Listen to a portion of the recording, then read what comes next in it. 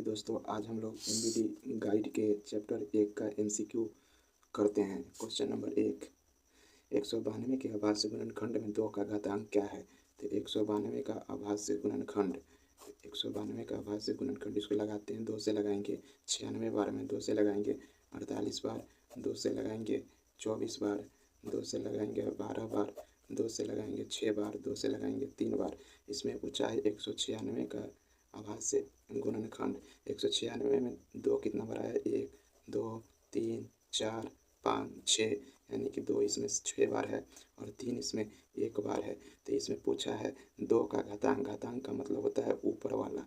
तो यहाँ पे देखिए 2 के ऊपर में कितना है? 2 के ऊपर में 6 है, तो यहाँ पे 2 का घातांक कितना हो जाएगा?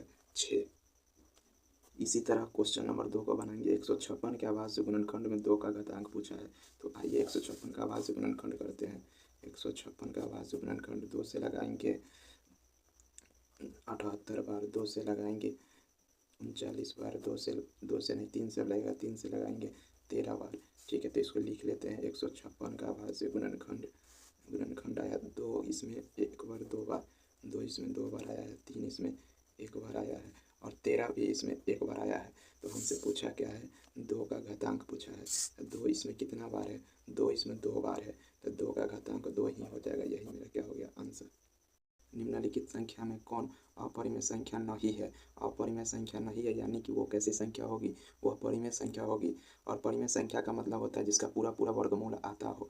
जैसे यहाँ पे देखिए 2 + √3, यहाँ पे देखिए 1, यहाँ पे √3 का वर्गमूल नहीं होता है और यहाँ पे 2 का वर्गमूल निकला हुआ है, लेकिन एक परिमेय संख्या और एक अपरिमेय संख्या का योग हमेशा अपरिमेय ही होगा, इसलिए ये नहीं होगा। यहाँ भी देखिए उसी तरह √3 का वर्गमूल नहीं होगा, यहाँ भी √3/5 है, इसका भी वर्गमूल नहीं होगा। तो ऑप्शन बचा डी। ऑप्शन डी को देखिए सॉल्व करके यही है परिमेय संख्या। आइए इसको हम लोग बना कर देखते हैं। जैसे 3 नंबर क्वेश्चन का ऑप्शन डी है √12/√3।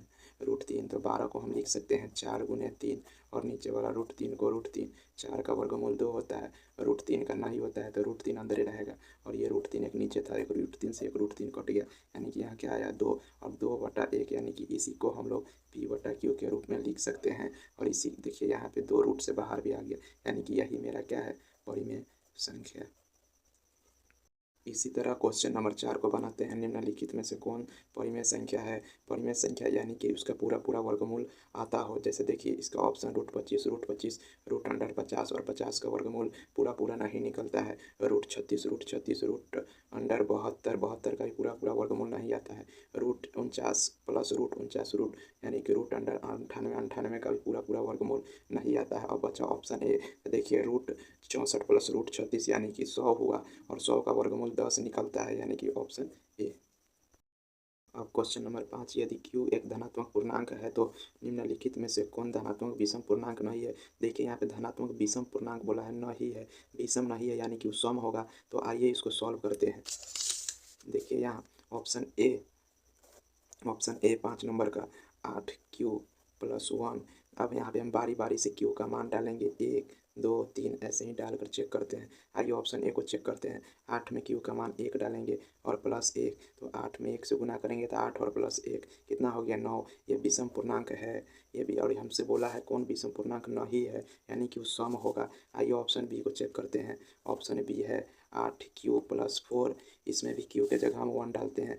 8 × 1 + 4, यहाँ पे देखिए 8 में 1 से गुना करेंगे तो 8 और +4, 8 4 कितना हो गया? 12। और यही मेरा क्या हो गया? सम, यानी कि यह विषम पूर्णांक नहीं है, इसीलिए ऑप्शन बी ही इसका क्या होगा? आंसर होगा। तो क्वेश्चन नंबर 6, निम्नलिखित में किसका दशमलव प्रसार शांत है? तो आइए इसको बनाते हैं।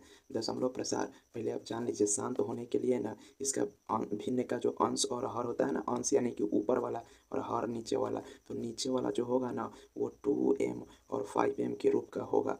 ठीक है, तब ही ये क्या होगा? शांत होगा। बाकी इसके अलावा कोई भी, ये दोनों के अलावा कोई भी संख्या आ गया तब क्या होगा? अशांत होगा। तो आइए ऑप्शन से इसको बनाते हैं। ऑप्शन ए इसका है 15/1600। अगर ये पहले कटेगा तो काट लेना है। ये 5 के पहाड़ा में 3 बार में, ये 5 के पहाड़ा में 320 बार में है, तो यानी कि ये आया 3/320। तो आइए 320 का हम लोग गुणनखंड करते हैं। 320 का कि ये 160 आया, 2 से लगाएंगे 80 बार में, 2 से लगाएंगे 40 बार में, 2 से लगाएंगे 20 बार में, 2 से लगाएंगे 10 बार में, और फिर ये 2 से 5 बार में, यानी कि हम लिख सकते हैं 3/2 कितना बार आया, 1 2 3 4 5 6 बार 2 आया, तो 6 ऊपर, और 5 एक बार, तो 5 एक बार। देखिए 2, तो 2 और 5 यहाँ, तो 5 यहाँ, 2 और 5 के रूप का आ गया। अब यहाँ पे हम इसका मान भी बता सकते हैं, m का मान 6 और n का मान 1 हो जाएगा। यही मेरा क्या आ गया, 2m और 5n के रूप का। इसी का दशमलव प्रसार क्या होगा, शांत होगा। नंबर 7, दो धनात्मक पूर्णांकों में a और b के लिए मस गुणे लस बटा ए बी बराबर होता है। तो आइए इसके लिए एक फॉर्मूला है, उसको जानते हैं। जब भी ऐसा संख्या बोले ना, तो इसके लिए इस सूत्र को ध्यान में रखिएगा। मस गुणे लस बराबर पहली संख्या गुणे दूसरी संख्या होता है। और इसका हमेशा जब आप दोनों को बराबर कीजिएगा ना, बराबर करके गुना, तो हमेशा ये पूरा कट जाता है और इसका हमेशा मान 1 आता है। तो इसीलिए इसका आंसर होगा ऑप्शन ए, ऑप्शन ए। तो अब आइए क्वेश्चन नंबर 8, यदि भाग एल्गोरिथम से a बराबर बी क्यू जोड़ r में a बराबर 72, q बराबर 8 तथा r बराबर 0 हो तो b का मान क्या होगा। तो आइए इसको सॉल्व करते हैं। देखिए यहाँ पे हम क्वेश्चन लिख लिए हैं, वही क्वेश्चन लिखे हैं। a बराबर 72 दिया था, q बराबर 8 दिया था और r बराबर 0 दिया था, तो b का मान पूछा था। सिंपल इसमें वैल्यू पुट कर देंगे। देखिए a बराबर 72, तो a के जगह पे 72 रख दिए। b हमको पता करना है, तो b छोड़ दीजिए। और q बराबर हमको दिया है 8, तो यहाँ 8 रख दिए, प्लस r के जगह पे दिया है 0, तो यहाँ 0 रख दिए। अब इसको सिंपली सॉल्व कर देंगे। यहाँ पे 72 b में 8 से गुना करेंगे तो 8b हो जाएगा। 0 जोड़ने से कोई फर्क पड़ता नहीं है। अब देखिए ये 8 के पहाड़ा में 72 9 बार में, यानी कि 9 बराबर b। हमारा b का मान कितना आ गया, 9। तो यहाँ पे देखिए b का मान ही हमसे पूछा है, तो b का मान कितना आ गया, 9, ऑप्शन ए।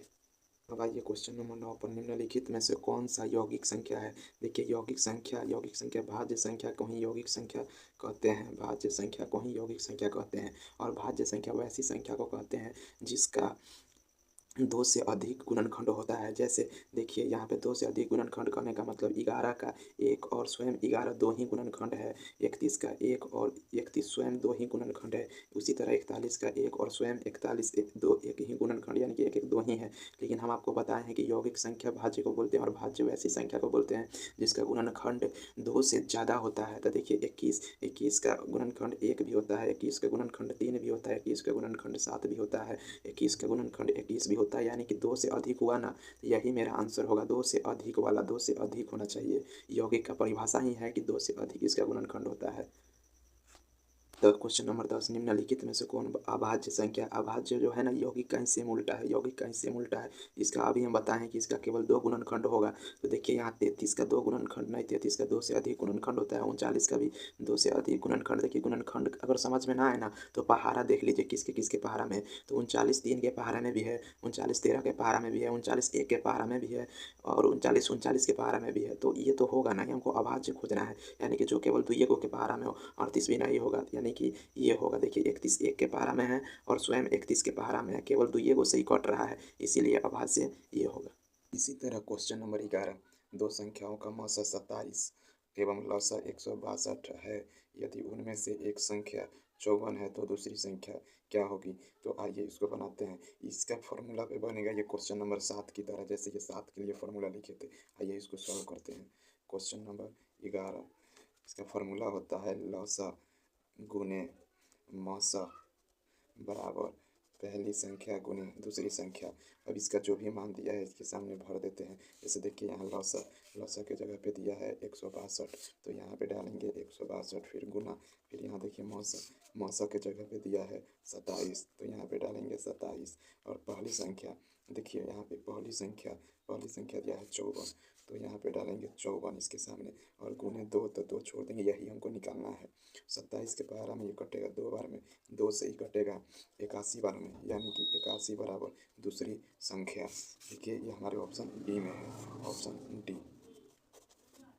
क्वेश्चन नंबर 12, देखिए यदि 130 बराबर 15 गुने 8 प्लस 10 एवं 15 बराबर 5 गुने 3 प्लस 0 हो तो इसका मौसा क्या होगा? सुनिए, ये जो है ना यूक्लिडियन विभाजन एल्गोरिथम के फॉर्मेट पे लिखा हुआ है। वो यूक्लिडियन विभाजन एल्गोरिथम का फॉर्मेट होता है ए बराबर बी क्यू ज़ोर आर, और ये इसी फॉर्मेट पे लिखा हुआ है। इसमें हमसे मौसा पूछा है। मौसा हम उसको बोलते हैं जिसका शून्यक ना शून्य होता है। यहाँ पे शून्यक देखिए, यहाँ पे अगर इससे तुलना कीजिएगा तो ये आर का मान जो यहाँ 10 है और आर का मान यहाँ 0 है। तो जिसका भी शून्यक 0 होता है ना, यानी कि आर का मान, उसी का भाजक मौसा होता है। तो देखिए इसमें भाग कितना से लगल है, 5 से। तो इस 130 और 15 का मौसा भी क्या हो जाएगा, ये 0 वाला कितना हो जाएगा, 5, ऑप्शन बी।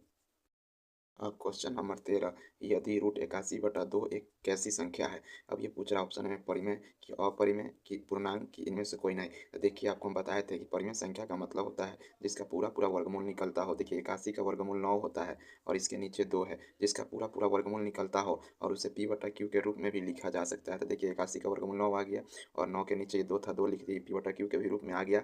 और जहाँ q does not equal to 0 हो तो इसके नीचे q का मान 0 नहीं होना चाहिए, तो 0 भी नहीं है, यानी कि यह एक कैसी संख्या है, परिमेय संख्या।